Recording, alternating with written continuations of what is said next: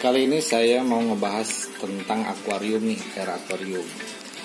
Jadi ceritanya gini, 3 minggu yang lalu saya bawa ikan-ikan yang dari Tangerang dibawa ke Anyer sini, dibawa ke Cinangka ya, ke rumah. Nah anehnya pas dibawa ke sini itu ikan-ikannya pada mati. Saya bawa arwana silver red dari Tangerang mati, bawa dart mati, kapiat mati, bawa ikan Columbia catfish mati, leopard masih bertahan, terus ikan palmas Andy Cherry mati, tinggal palmas albino. Terus ikan silver dolar tinggal 1 mati juga, yang lainnya. Jadi sisa segini nih. Saya beli di sini, beli ikan piranha lokal, rias bawal ya, hidup. Wah akhirnya saya pede dong. Saya pas lagi jalan ke Tangerang lagi minggu kemarin beli ikan hias lagi di Tangerang. Jadi sekalian jalan belinya di sana, karena selisih harga di Tangerang sama di daerah sini jauh ya harganya. Jauh banget lah. Harga di Tangerang ikan kapiat bisa di harga 20.000, 25. Di sini ikan kapiat yang saya sama itu di harga 100.000. Kan lumayan ya. Nah, akhirnya minggu kemarin beli lagi ikan di Tangerang. Dibawa lagi lah ke sini. Pas dimasukin lagi, ikannya cuman bertahan 3 harian. Tahu-tahu pada tewas lagi aja. Ini saya nggak ngerti nih, ini karena apa ya? Nah, untuk kebetulan ini air yang ada di akuarium ini saya ambil dari gunung ya. Jadi pertama kali datang airnya memang air dari rumah sini. Nah anehnya pas baru diisi hampir full, dapat 2 hari itu bawahnya tuh pada putih kayak garam. Ternyata zat kapur emang di sini tuh tinggi. Airnya diganti nih pakai air gunung. Nah pakai air gunung itu kenapa pada mati? Saya juga bingung nih. Katanya air yang bagus itu pH-nya untuk ikan itu rentang di antara 6 sampai 8. Karena ada ikan yang memang bagus di pH 6, ada yang bagus di pH 7 atau 7,5. Intinya pH yang aman buat ikan di 6 sampai 8. Oke, kita ukur pH-nya. Kita nyalain dulu. Kita langsung celup aja deh di sini.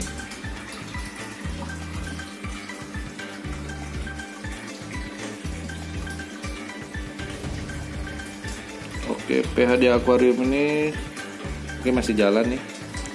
Masih turun 7,5.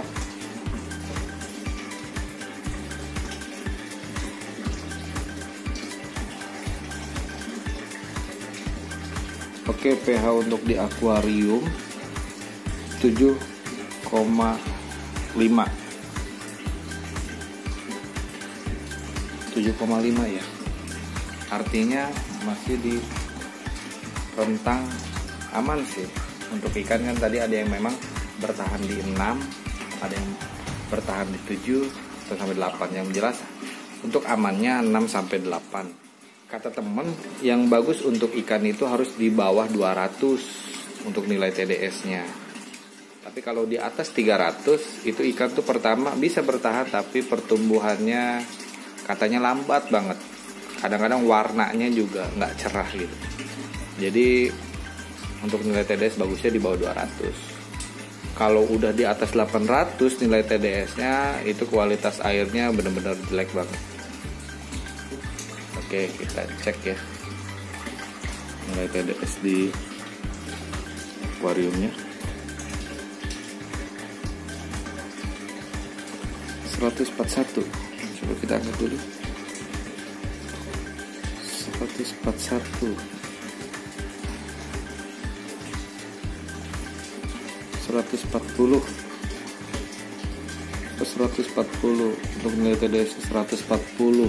Ini bawalnya memang dari perairan sini, maksudnya dari yang orang yang budidaya di sini, dan dia memang bisa bertahan nih di air akuarium ini. Dan ikan-ikan dari Tangerang nih hampir rata-rata lemes dan banyak yang mati ini yang tersisa.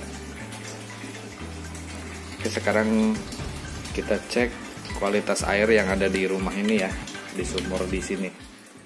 Tuh, ini kerak nih, kasar banget nih, kayak karang gitu. Jadi kalau kepancing juga langsung putih gitu. Oke, kita cek dari toren. Dari toren kita cek. Kita bedain sama yang dari ini nih.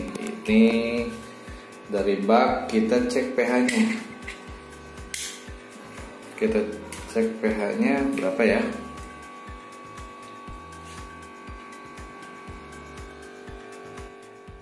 Wow, di kamera gelap ya, tapi di sini kelihatan. Ini untuk pH di baknya 7,7.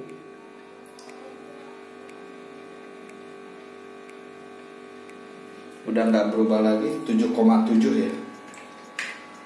Untuk nilai TDS-nya, di bak ini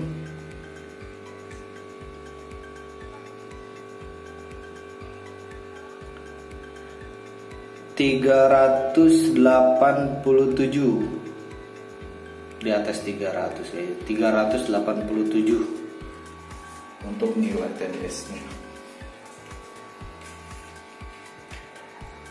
Sekarang kita cek pH yang tadi dari toren ya, dari toren.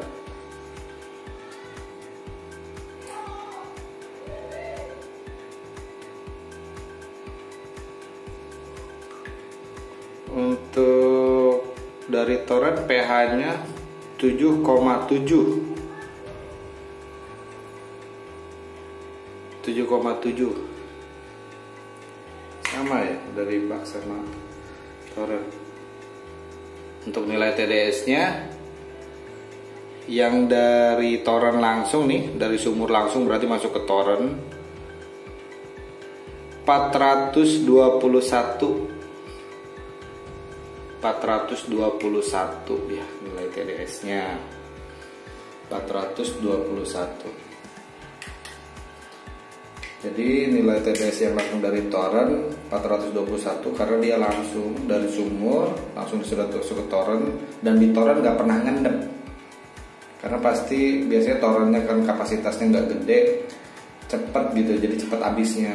Nah kalau di bak sini ini ada pengendapan, pasti kan kalau bak nggak mungkin sampai habis banget, pasti dia ada pengendapan minimal setengahnya. Tadi nilainya 300-an ya, 300-an lebih, 380, sedangkan yang dari toren langsung 400 lebih.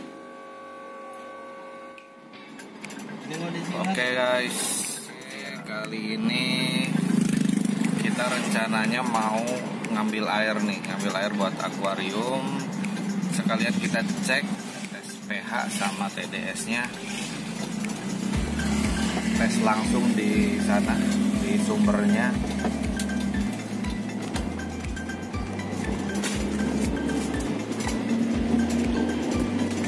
Kita bawa sekitar 6 galon.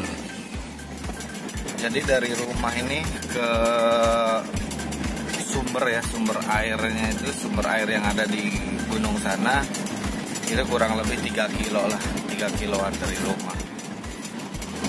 Alasan kenapa udah beli air minum aja, air galon aja ya, karena lumayan guys buat ngisi akuarium 1 meter kali 50 itu lumayan banyak galon yang harus dibeli. Jadi solusinya ya ngambil air ke gunung.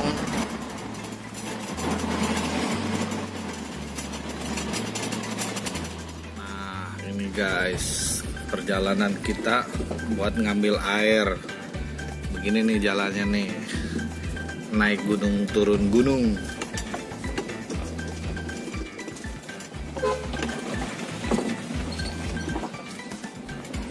Oke guys, ini kita udah sampai nih.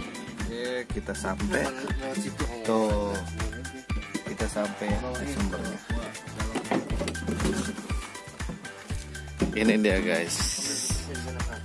Ini emang khusus buat air minum. Jadi warga nggak boleh mandi di sini nih. Nah kalau mandi itu di situ. Kalau nggak sebelah sananya ada, ke sananya juga ada. Nah ini khusus buat orang yang ngambil air minum. Ini jernih banget. Di bawah tuh ada paralon tuh, itu sumbernya tuh dikasih jalan ya. Ini kenapa nggak penuh? Karena bocor nih, ada bocor nih kolamnya. Nanti kita cek ya pH-nya berapa. Oke.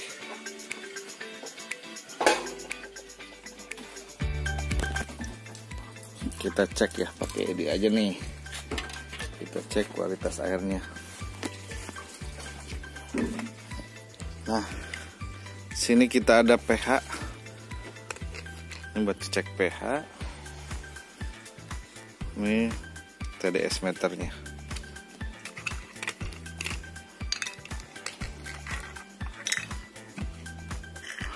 pH yang baik buat ikan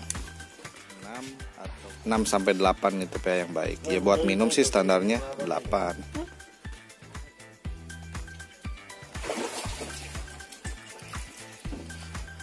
Oke, masih turun 78, 77. Sampai dia benar-benar udah nggak turun lagi ya. Nanti di sini di alatnya berapa nih. Jadi untuk pH-nya air langsung dari sini tuh, dari sumber sini pH-nya 6,6 ya, 6,6 ya. Tuh udah nggak bergerak lagi tuh, 6,6 untuk pH-nya.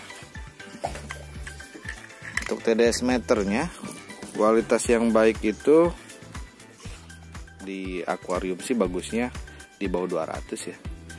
Untuk layak minum lebih bagusnya di bawah 100. Coba kita tes.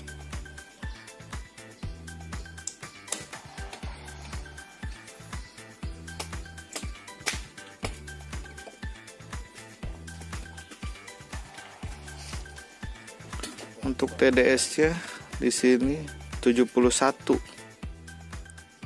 Untuk nilai TDS-nya 71. Oke.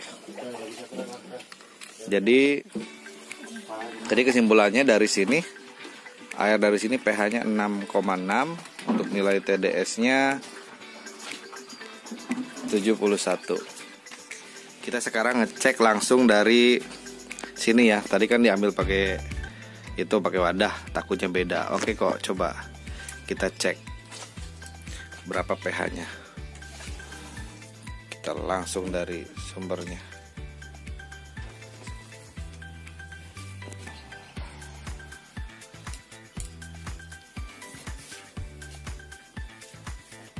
Ya, 6,7. pH-nya 6,7.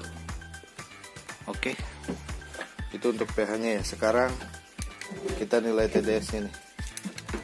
Coba, yuk masukin langsung sampai batas itu aja ya. Oke, nilainya berapa ya? Sini nih. Coba angkat dulu. Ini kan 6. Nah, 0 lagi, coba masukin. 67 ya nilai TDS-nya. Oke, ini 67, masih sama hasilnya.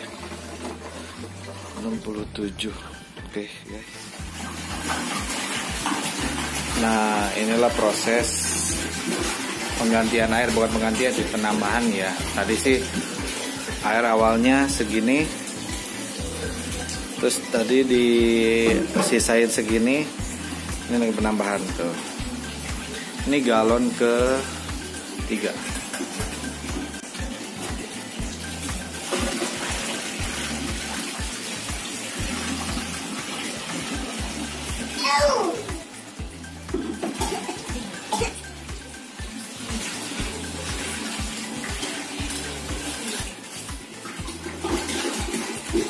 Kenapa mesti dituang dulu? Karena kalau langsung galon kayaknya lebih ribet ya.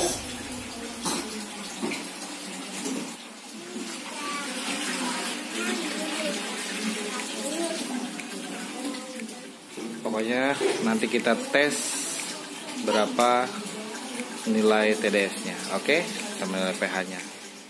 Oke, setelah setengah jam lebih ganti atau penambahan air ya. Tadi kan emang kalau diganti nggak full ganti sih, disisain tadi sekitar 20%, terus ditambahin air baru yang dari gunung ya, langsung dari sumber. Kita cek pH-nya. Sekarang kita ukur lagi pH-nya.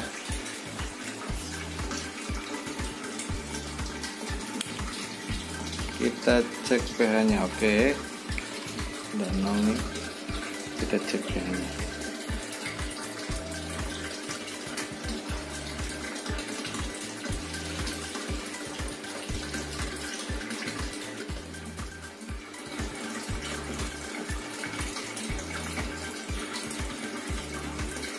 .7,2 untuk pH-nya. pH-nya 7,2. Sekarang kita cek nilai TDS-nya.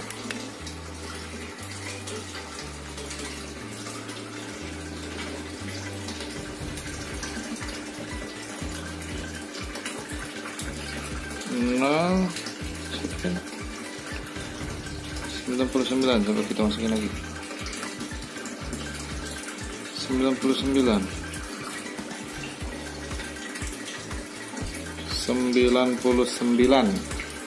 untuk nilai TDS-nya dengan penggantian air tadi di 20% ya, ditambah air baru yang langsung diambil dari gunung. Sebelumnya 140-an. Sebetulnya yang sebelumnya juga air dari gunung, cuma karena banyak beberapa ikan yang mati, terus seringnya dikasih makan ya, pelet ikan.